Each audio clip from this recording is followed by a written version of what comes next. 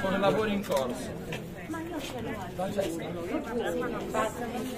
Non fa niente. Il nostro aiuto è nel nome del Signore, Egli ha fatto cielo. Il Signore sia con voi. Preghiamo.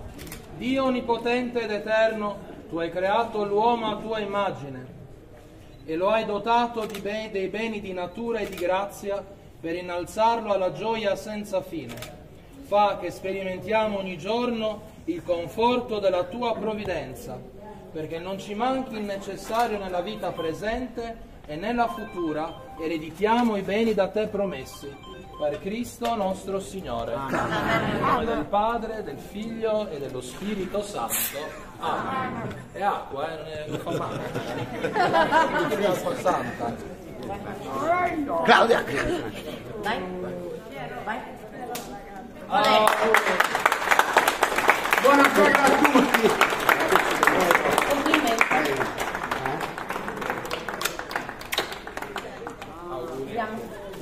Sagra mia che Venga. Dio vola.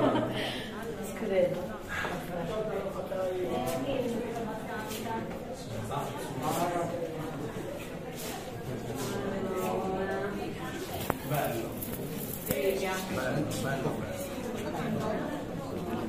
Andata scada. Qui c'è la vetrina. Ah, poi quello lo vediamo alla fine.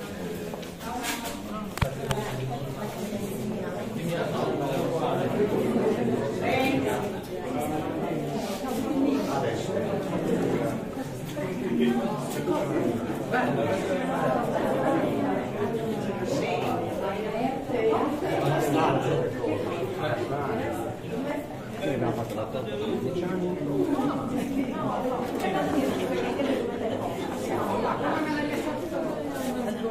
Prega di non toccare. Vedi mandorle? Sì. Che buona. C'è 3 milioni di calorie. Ma non la posso toccare, io sono a dieta, quindi. No, la domenica si può sgarrare, la domenica. Domenica vieni a pranzo? Spilunco qualcosa. Mi ha detto di sì, comunque Don Nicolò. Ma non posso mangiare come dite voi. Non ce l'ha un giorno libero per mangiare? Sì, ma ce l'ho già già fatto.